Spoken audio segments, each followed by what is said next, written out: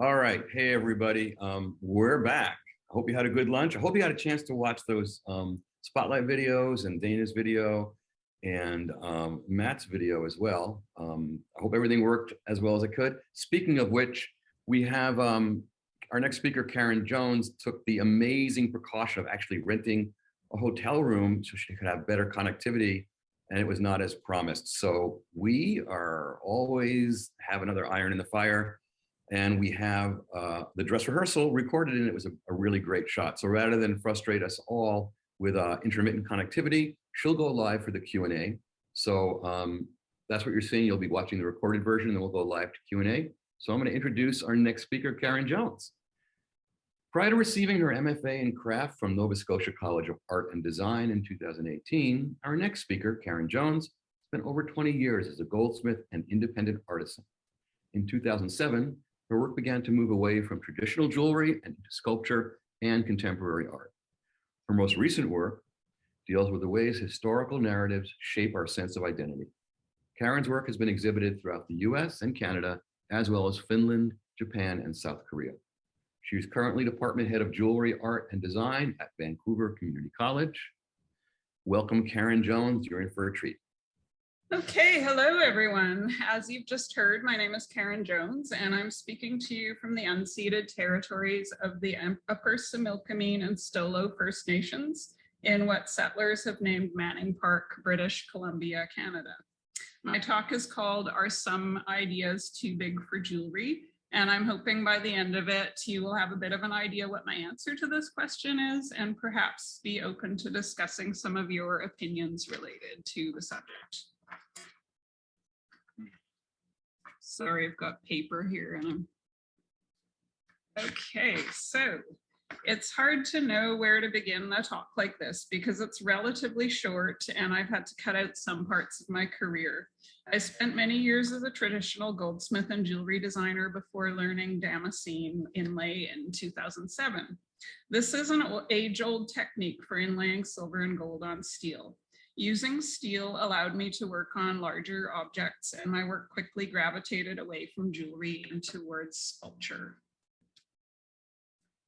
These are images of some reclaimed farm tools to which I applied the inlay.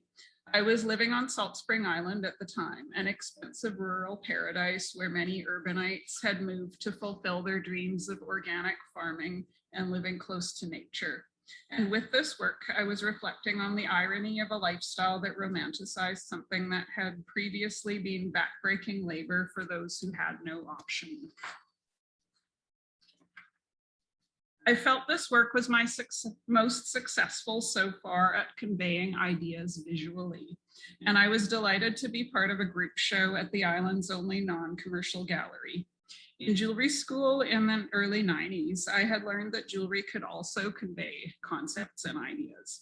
However, I was always frustrated that the only places where I could exhibit my jewelry were commercial galleries and gift shops. And inevitably, the message was lost in the drive for consumerism and the public's perception that jewelry was an object to be consumed and worn for fashion, not to be considered in terms of its ideas.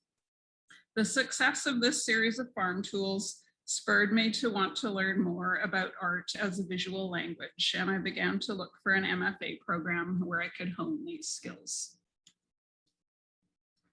When I began my MFA at NSCAD University in Halifax, Nova Scotia in 2012, the idea that had taken hold of my curiosity was the trade in human hair. I had learned from a friend who had recently gone to a hairdresser to get hair extensions that the hair was taken from temples in India, where women give up their hair in a ritual act, and it is then made into a product that is marketed throughout the Western world. When I began to understand how many Black women were buying this hair in an effort to cover up their own natural textures, I became even more intrigued. As a mixed race girl growing up in a predominantly white community, I was aware of the reclaiming of natural hair in the 60s and 70s, but somehow remained oblivious to the fact that women were literally covering up their own hair with the hair of the other in an attempt to fit in with Western beauty standards. At NASCAD, I dove into academic research to learn about where these ideas of femininity and beauty really came from, and how women of these three cultures, African, European, and Indian, might intersect. And the most important work I produced during the first year of my MFA was an essay about the topic. Much of this research led me back to the 19th century. While European women were being cast in new roles of domesticity and docility, the Oriental women were associated with the luxuries of the harem. And sadly, at the time, women of African descent were being cast as primitive, crude, unfeminine, and hypersexed. This is one of the many cartoons of Sarah Bartman, an African woman who was brought to Europe in 1810 and paraded around as a symbol of primitive sexuality. Europeans were disgusted, fascinated, and titillated by her large buttocks, a trope that is still prominent in pop culture today.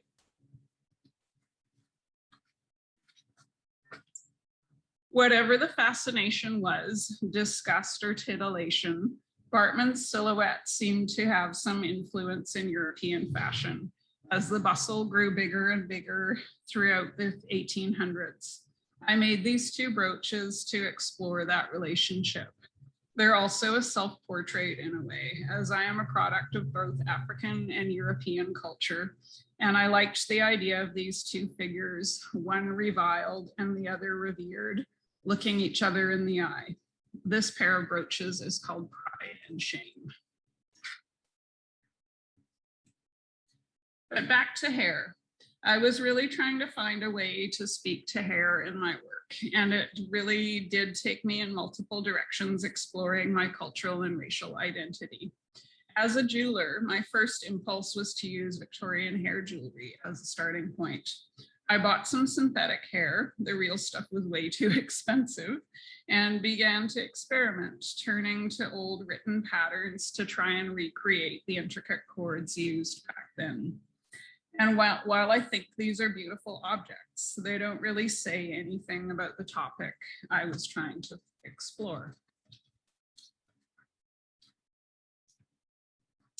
When Metalsmith magazine's call for their annual exhibition in print came out that year, the theme was the ability of a photograph to enhance the idea of a piece of jewelry. I had the idea that I would perform these brooches by wearing matching wigs and having myself photographed in silly, awkward poses. As ridiculous as these photos were, it was important for me to feel what it was like to put on the hair of the other, something I had never done before.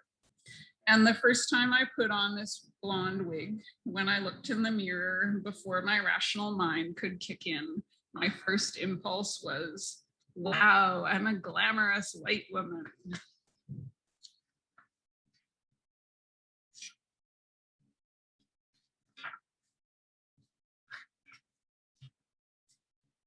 And I just loved how much joy I got out of making fun of myself in this way. A few years later, I gave a talk about failure as an art strategy, and also more generally talking about failure.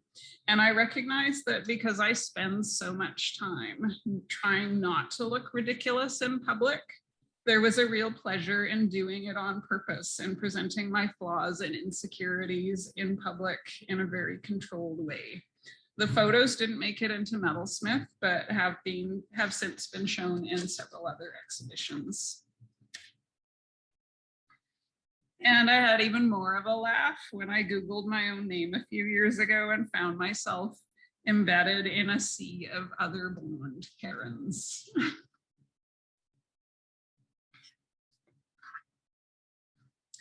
Around this time, I also started thinking about combining African and European symbols of power.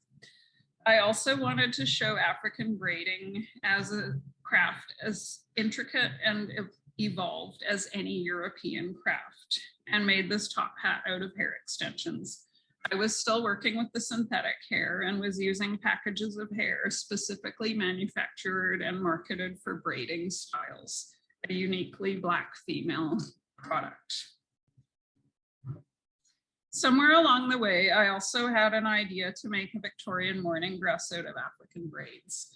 This would have been my thesis project, and my studies had my studies not been interrupted by being hired at VCC's jewelry program as permanent faculty.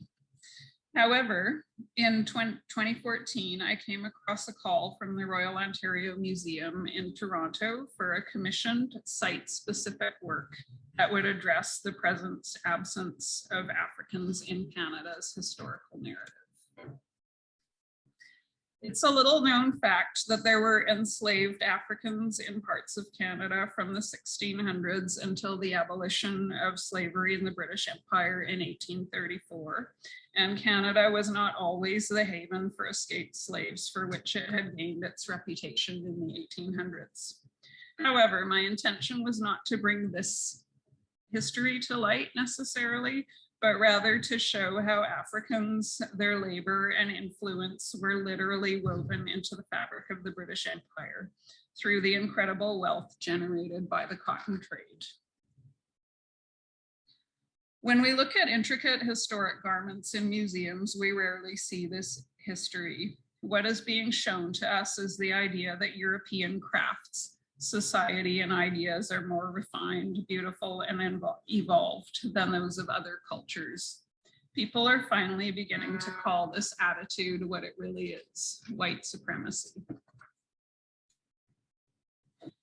And as a woman who has grown up living and breathing white supremacy in the form of a reverence for all things European, there's a part of me that truly does believe these things are more beautiful than African art. And that really is a tragedy. This was part of my decision to make this dress a morning dress.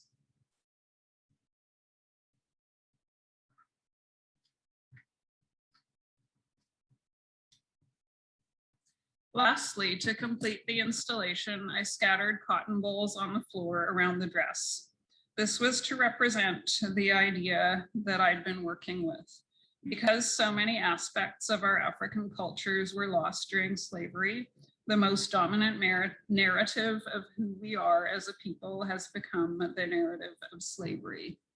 And so I used my own hair and removed some of the cotton from these plants and put my own hair in it to show that this identity is in fact growing out of those cotton fields. So in a sense, while it is a true history that needs to be recognized, it also acts as a sort of origin story, as though we were actually born in those cotton fields of the 19th century.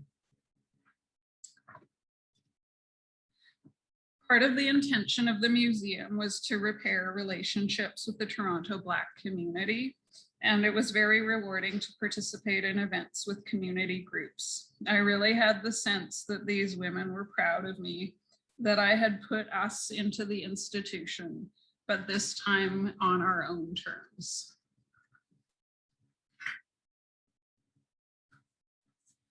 When I went back to my MFA program after a 4-year absence, I really had started to think about this question. Are some ideas too big for jewelry? In the preceding years, I had turned away from jewelry because I wanted my work to be taken seriously as art, and I wasn't sure that this was possible with jewelry.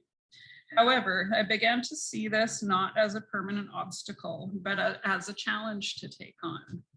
Seeing so many horrific images of slavery, I couldn't help but see a connection between the metal objects placed on the body during those times and the metal objects I had spent so many years fitting to the body in the form of necklaces, bracelets, and rings. The first in the series, which I eventually titled Body of Work, was a steel collar adorned with corn. When I was doing all that academic research, I was also doing a lot of soul searching. And during that time, I discovered that even though I had been raised with a sense of pride about my heritage, I did in fact have some deep buried shame within me about being of African descent. This was shocking to me.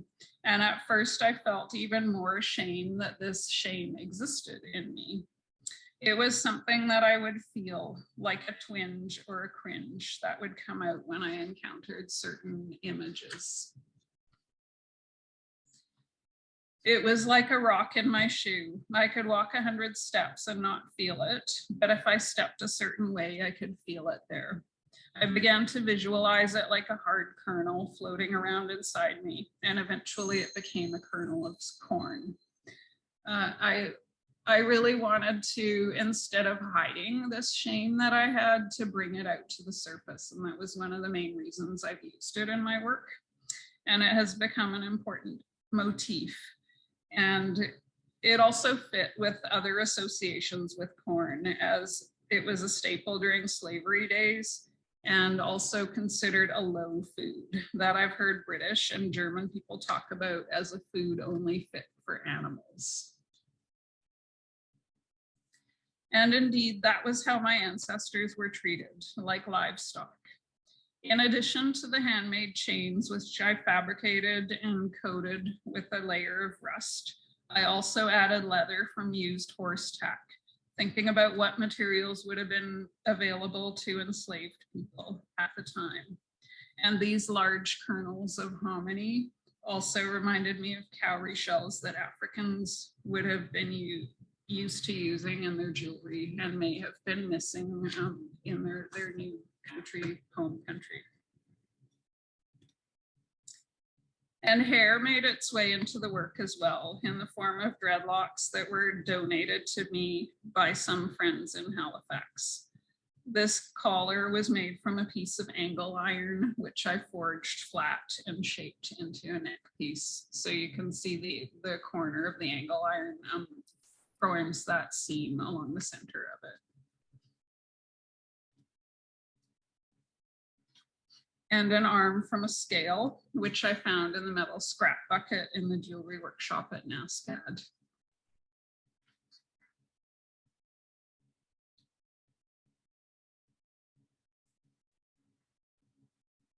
And this one is horse tack and human hair, and those kernels of corn as well.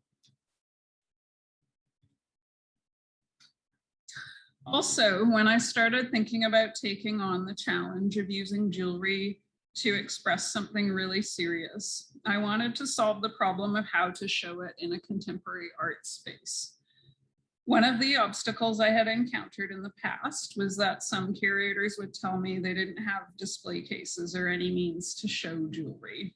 So I decided early on that I needed these to be complete works of art that couldn't be mistaken for a commercial accessory in any way. And really, I wanted to give people as little excuse as possible to say no to showing my work in the gallery. I got some wooden painting panels from an art store, stained them black, and made brass mounts with which to attach the jewelry pieces. This solved the logistics of showing the pieces in the gallery, but I also liked that it referenced portraiture and the absence of the black body from most of Western art history.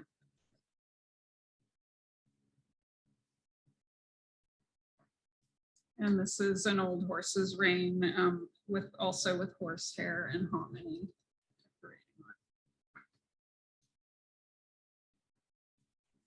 And because the pieces themselves were so rough and rusted, fabricating the mounts also satisfied my desire to make something shiny and perfect. And that's the goldsmith in me coming out there.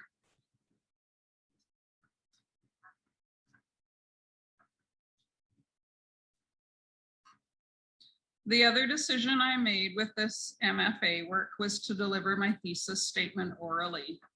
I felt some resistance to writing a long statement, not just because I wasn't in the mood for writing a massive essay at the time, but also because I was thinking about how cultures that had the written word have used it to prove their supremacy over cultures that had oral traditions. And so you can find a video version of my thesis statement on my website. I did have this videotaped and you'll see it on my website. And this is some of the work on the wall at the Vancouver Art Gallery in a group show called Uncommon Language, curated by Zoe Chan. And this is a mask by Bo Dick in the foreground.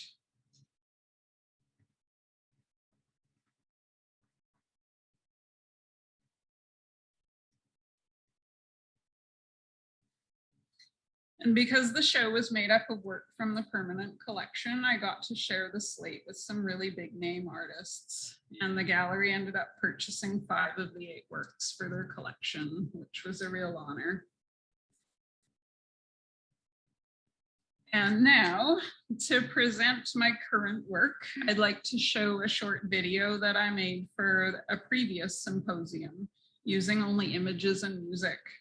The song you'll hear is by Miss Julie Brown. It's from a 1988 film called Earth Girls Are Easy.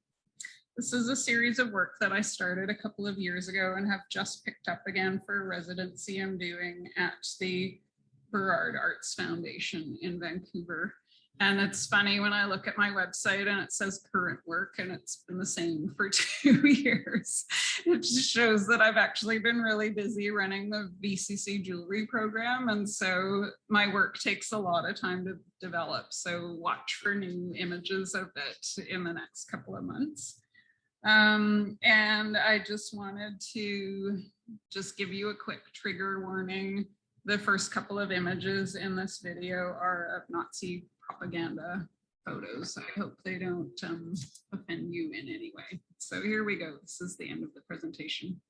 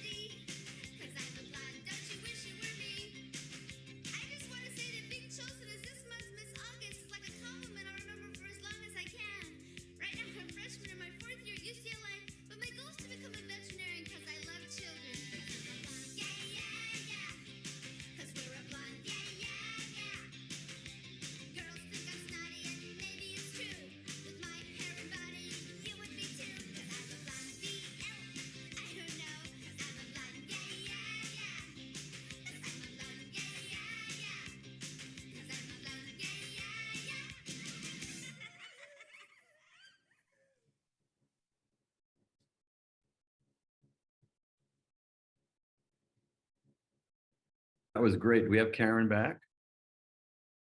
Andy? I'm back and I'm on my phone now, so I hope this works. All right. That was There I am. honestly, that was the best call to make. I think that went super smooth. And it was a great lecture. And I do have some questions. Did you watch the Matt? Were you able to access the other lectures at all, or? I watched a little bit of his presentation this morning. I was going to catch up on it right after this talk. I wasn't trying to out you or anything. I was just the reason I'm asking is because I don't want to get in trouble for paraphrasing incorrectly, but he was he made a statement, I think, to the effect that jewelry is required to be on the body. I mean, jewelry is activated by the body. The body is integral to the power of the jewelry. And so Andy Fallot and I were talking about this, and it was interesting because your pieces, are distinctly wall mounted. So do they lose the power of not being on the body, and can they be on the body? I guess is the other question. Plus they're made out of things that relate to the misuse of the body. So Is that a question still? I mean, that's a question still, but Yeah, I mean, with this particular work, people asked me while I was working on it whether I was going to wear it or perform it or anything in any kind of way. And I just, especially with these pieces, it's just referencing something that's so horrific that I just didn't want to actually put them on or put them on anyone else. And yeah, I mean, the only times that I actually put them on my body was when I was like, I made sure that they fit me properly so that they would be perfect human scale and stuff like that. right. And then, yeah, and then I guess I also just, because I wanted to take on this challenge of showing jewelry as contemporary art in a gallery, I wanted them to like be freestanding and be on the wall, and then also to stand in for the absent body that's implied by. Okay, that makes sense. So wearability, I mean, we all know as metalsmiths, wearability is a huge spectrum. The Mhm, fact you can put it on your body even for a little while. Um, mhm. to me, that's, and a teapot doesn't have to hold water, right? To be Yeah, a teapot, right? yeah, Tom Muir has yeah. a famous teapot made out of sticks and bramble. So I Mhm, think that's interesting. But piggybacking on that, mhm, I asked you this last time too.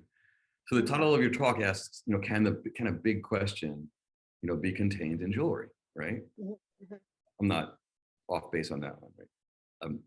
Right. You That's mean that's that's I'm the accurate. question? Yeah. Yeah.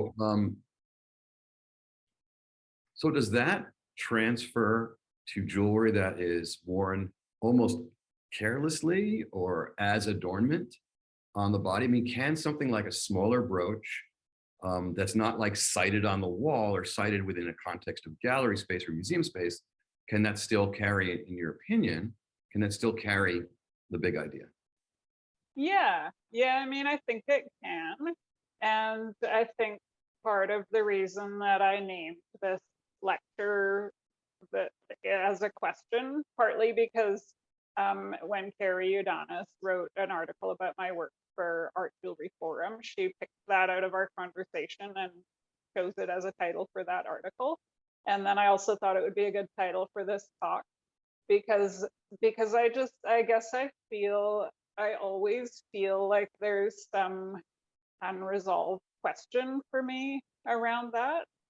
And like I did watch the preview of Cindy Strauss's talk and like her talking about that narrative jewelry from the counterculture that was made in the 60s and 70s.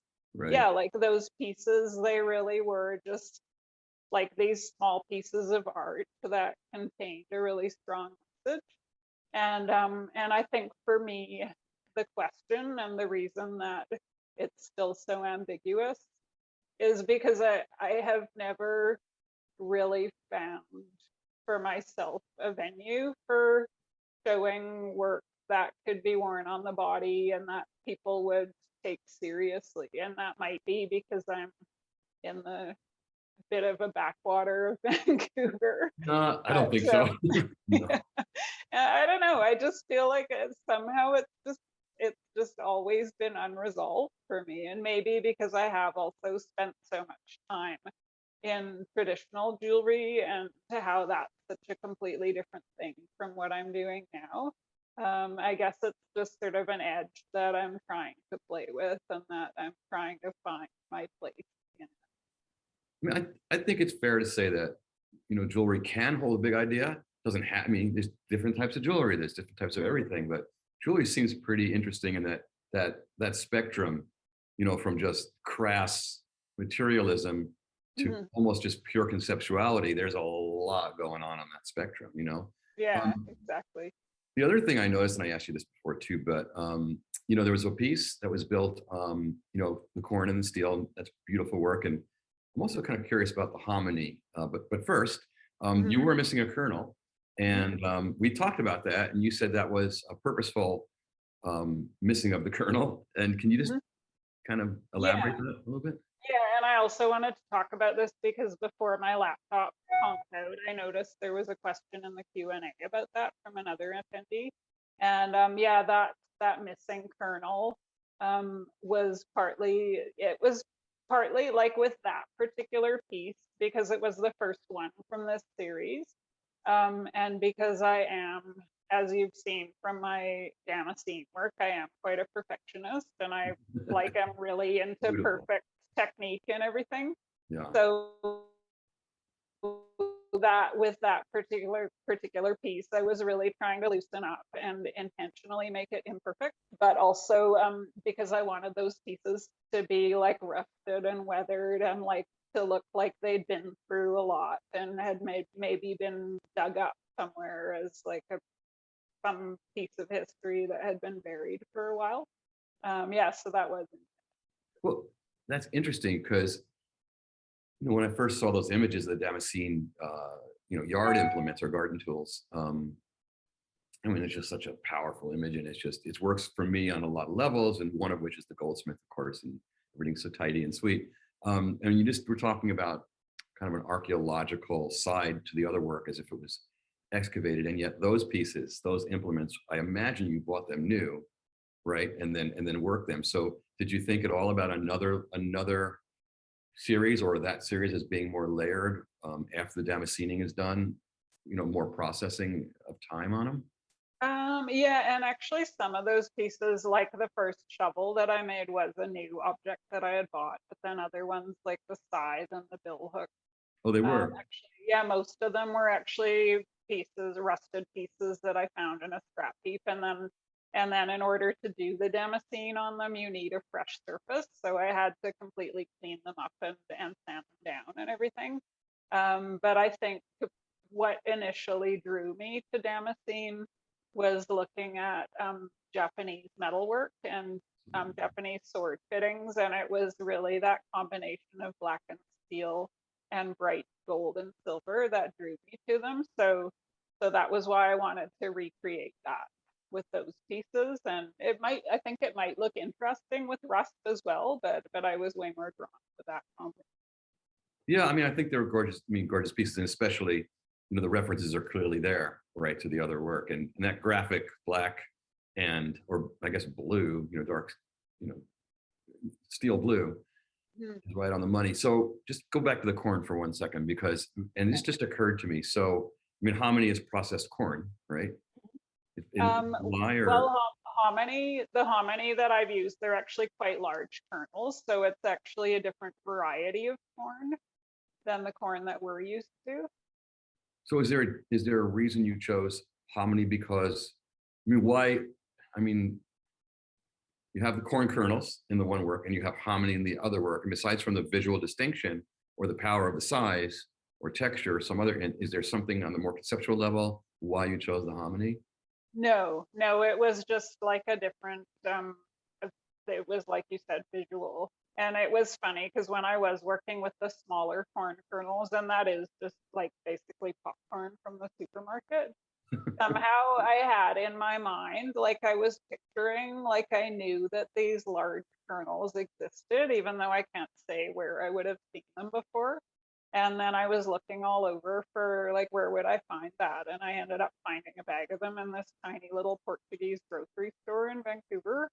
Huh. and and so That's it just specific. seemed, yeah, it just seemed perfect. And I know that's a staple in the South, although I haven't really spent much time down there. And I haven't really eaten that as a food, but I just love the fact that they really did look like cowrie shells and that they added another element to it, a different way of. Well, there is that Southern connection, which kind of put me in mind of that, that's the American South connection. Let's see here. So I'm not even sure this is I guess this is a question. I mean, it's my question, so I'm pretty sure it's a Are question. you looking at or because I think there are some Q&A questions. Yeah, I'm looking at them right now. Okay, great, because Yeah, I that's don't know why. how to Yeah. access them from here So, either. I love the mesh pieces quite a bit, and I'm Mhm. kind of curious. It was the mesh there as a means to display the hair, or did the mesh play a role in addition to that? It was basically a means to display the hair. So when I was at NASCA doing those collars, I was also doing all kinds of experiments with, like, I just felt like like I wanted to do something with this store-bought hair, but I just like I even came across an old journal where I had written in it, "What does it want from me?" You know, like I knew that it was it needed to be something, but I was having a really hard time figuring out what that was. And I actually did a whole bunch of samples of Victorian hair jewelry, like braided it really intricately and everything, but that wasn't it. And then I tried all these other different things. And then I actually found a video on YouTube about how they make wigs. And it's like this tiny little hook. So it's a latch hook, like you would think of, you may have seen it in latch hooking rugs. But Sure, this sure. tiny, tiny little hook. And then they have, to make wigs, they have kind of a mesh that's shaped like a There cap. you And then go. there's a specific way Yes. that it gets pulled in and knotted. And so I just tried that on this piece of metal mesh, and I liked the way that it looked like it was growing out of it. And then that it was just this, out of all these experiments, just this tiny, tiny little sample. And it just really kind of drew me in. Yeah, and then I started experimenting with different types of meshes and that stuff. Yeah, it doesn't, the mesh itself doesn't really add particular meaning to it. I think of it more as like a canvas that you would paint on. It's just the material that I make these hair compositions on. But I mean, it does have that reference to wig making, I think, which is kind of delicious, right? Yes, yes, Yeah, exactly. Yeah, it's a yeah. nice one. So, hair's a funny thing. I mean, I think, the classic thing is there's a hair in your food, and it's just revolting. Not to me Mhm, personally, but that's kind of the way it goes. And they left the hair in the sink or whatever it is. So there's mhm. this strange association and intimacy we have between, like, also when you're watching newscasters, for instance, often the women have long hair, and it's kind of this Mhm, signifier and a signaling mhm, semiotic thing going on about youth, mhm. I guess sensuality on some level. So I'm curious, when you're working with the hair, even the artificial hair, the store-bought hair, I mean, do you have any sort of, is there an intimacy level that you're feeling with this hair?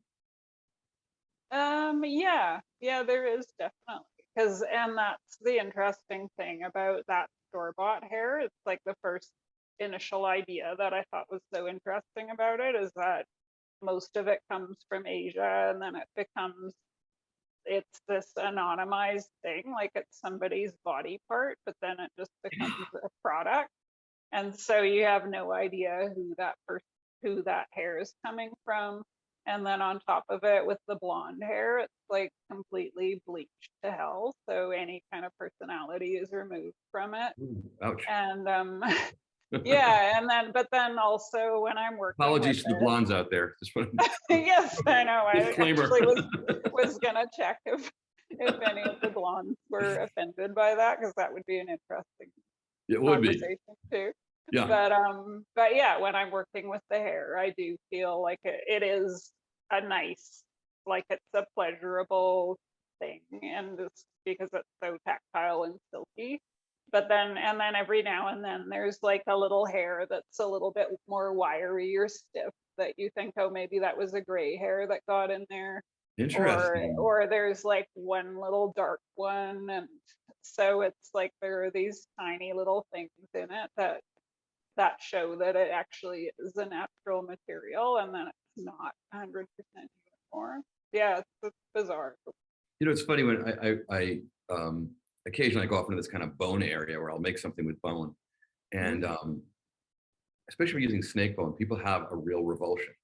I mean, if they can get mhm, past a bone, but when it's a snake vertebrae, it's like, it takes a very special person to kind of interact with that. And I'm wondering about mhm, the first, the kind of those classic hair pieces you make. mhm. Have people purchased them, or not that it matters? I'm just kind of curious about the revulsion. Oh, okay. Hold So on it. you mean the brooches that I was Yes, wearing, and yes. those were actually made of synthetic hair, and that was it's the hair, that synthetic hair that you use for braiding for African styles. So it's synthetic, not a real body part. But actually, those brooches were bought by a museum for their permanent collection. Do, So, do they so do they make a? I mean, do people make a distinction between the synthetic hair and the natural hair? I mean, as far as in this context, not in the wig context. mhm. uh, I'm not really sure because I haven't like I said, I kind of moved away from making jewelry out of the hair, so I haven't tested um, whether people are repulsed by it or It not. just, I think probably some people will be, there's this but whole, it's such an interesting, yeah. yeah. And one of my advisors at NASCAD, Rebecca Hannon, she talked about how she had made some horsehair pieces once, and that she had that reaction from people that they just didn't want to touch it or something. Which to me, like, she actually gave me some horsehair, and I just thought that's just a beautiful material to make jewelry out of. I haven't yet, but yeah, I think people do have a weird reaction. There's a long history. I mean, back in the day when I used to repair jewelry, Hmm. that's a whole nother story, but somebody brought in, they had purchased an antique Civil War locket, Hmm. and they wanted us to add, their boyfriend had gotten run over on his bicycle and passed away.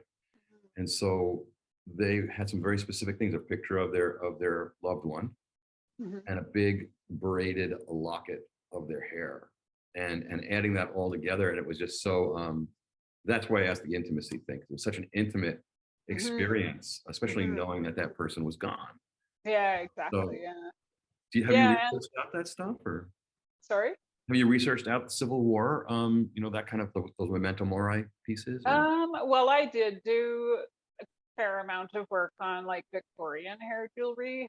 So looking at images of that, and like I said, there, like, and because it was such a big thing in fashion back then, there were books where they would have like knitting patterns. So you have to read, like, fold this hair over that one, stuff like that. And so I deciphered some of those. But yeah, I mean, I do think that, yeah, that was obviously like a sentimental practice. And now, like, when I started working with hair years ago, a lot of people started giving me their hair. Like, if they got their hair cut short, and they'd be like, "Oh, I have this hair. Do you want it?" And I'd be like, "Yeah, sure, okay. I might find a use for it." but a lot of, so I actually have a whole bunch of samples of hair from different friends and hairdressers who gave me like ponytails that were just sitting in a drawer and stuff. And so I hope someday, well, I will use that. Like, the only ones I've used so far from friends are those dreadlocks. But it does add a different element to it. Like, if I made those into those wall pieces on the mesh, it would be a completely different thing than using that anonymized hair that I buy in the store. A layer Because of it intimacy again, right? then is that person that I know, and I'm going to be thinking of that person when I make it. So maybe someday I will do something like that, but it would be a completely different concept and a different feeling. I mean, there's a fragrance to hair. I mean, and there's certainly that which not in the store-bought hair is I'm sure it's totally removed. Yeah. I had a great question now. I just totally just went flying out of my brain, and I'm not Yeah. really sure why, but anyway. So, do you think you'll go back and revisit? I mean, do you, in essence of everybody usually, it's like you go through your bodies, right, of work, Mhm. and and Mhm. then, but occasionally you sit down and put them all together on this big plate. Um, Mhm. have you thought about combining the various bodies in some way, or? That's actually a really good question because I haven't really. Um, Sorry, yeah, I think I I threw you haven't. under the bus on that one, but No, I mean, maybe someday, but to me, they just seem like such distinct things. So yeah, I can't really picture at this point mixing them. And often the way that I work, because I have in the last few years been so busy with running the jewelry program and everything, um, is that I'll have an idea for, like, for example, that first collar with the corn. I had actually made that piece, and then I left it aside for at least a year until I went to do my MFA program, because I didn't have time to develop it into a series. And it's the same thing with this blonde hair. Like, I actually have those pieces, those wall pieces I started 2 years ago, and it's just now that I'm actually having time to really develop it into something. I So like I that think, you went back to it though. That's great. yeah, and it's kind of nice because I have a few, like, I'll have things that I'll do one-offs of, and then it's almost like, okay, well then when I get to a point after a year or two when I have time to make again, then I can go back and look at those small pieces that I've done along the way and evaluate, which one is the most valuable to me to develop, or which one is like, oh, that was kind of cool, but I'm not that interested Yeah, in yeah. it. I So got my jollies out of it. It's time to move along. Yeah. yeah. So in a way, the fact That's that a I'm little not a close. full-time artist just gives me some, like, I have to filter out some things. And I mean, yeah. I've got one more question that's not really a question. I Mhm, talked with we're talking with Cindy afterwards, like we're talking right now, and we mhm. just touched on Melanie Bellinker's work. She's an artist that uses Oh yeah, yeah. right. So it's Melanie Blanker. Yeah, yeah. and she's making these scenes, these really kind of just prosaic scenes of everyday life, but they're incredibly intimate, made with an incredibly intimate material. Yeah. Such a different, I mean, the one strand, it's just so interesting to think about that. And then, your use of hair. Do you know anybody else who's using hair that you can think of right now that people might be interested in? Um, yeah, I mean, like in terms of jewelry, I can't think Art in of general. anyone off the top of my head, but definitely there are a lot of Black women that use art hair in their work. It's like a common theme because it is just one of those things that we think of for our identity. And the most well-known one that I know of is Sonia Clark. I'm sure a lot of people know her. Um, there's a few that I follow on Instagram, but I can't think of their names right now. Well, if you think of Um, somebody in the next hour, yeah, are you going to join us okay. for the Q&A? Yeah, definitely. Yeah, yeah, Awesome. for sure. Well, Yeah. I think we're ready to let people kind of take care of whatever business they need to take care of before we move to our final speaker. But I want to thank you and thanks for rolling with the punches. I'm so glad we did that run through and taped it because that was really Yeah. the way to go. And you've been a joy and thank you so much. And the work is great. And I'll see you in an hour. Okay, great. Thank you so Okay. much, everyone. Okay, okay, bye.